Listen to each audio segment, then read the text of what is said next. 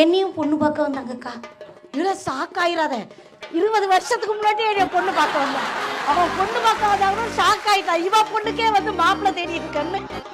ஆனா என்னை பொண்ணு பார்க்க வரும்போது என் கையில வந்து காபி டீ அம்மா கொடுத்து மாப்பிள்ளைக்கு கொண்டு போய் குடிச்சிட்டு வாடினேன்.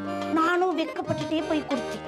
அந்த மனுஷன் சொன்னாரு, நான் காபி டீ எல்லாம் குடிக்கிறது இல்லை. டீ அப்பா, காபி டீ குடிக்காத ஒரு புருஷனா நம்ம கல்யாணம் பண்ண போறேன்னு நினைச்சிட்டு வாந்தி அடிச்சிட்டேன். டேய் வாந்தி நான் என்னடா எடுக்கிறது, ஏதா எடுக்கிறேன்னு யோசிச்சேன். அப்புறம் தெரியுது சரியான குடிகார பையன். இப்படி குடியார பயல்களை கெட்டிக்கிட்டு குடும்பம் நடத்திக்கிட்டு இருக்கோமே, எங்களை வந்து இப்படி மேடையில நடுவர் அவர்களே ஒண்ணு தெரிஞ்சுக்கங்க.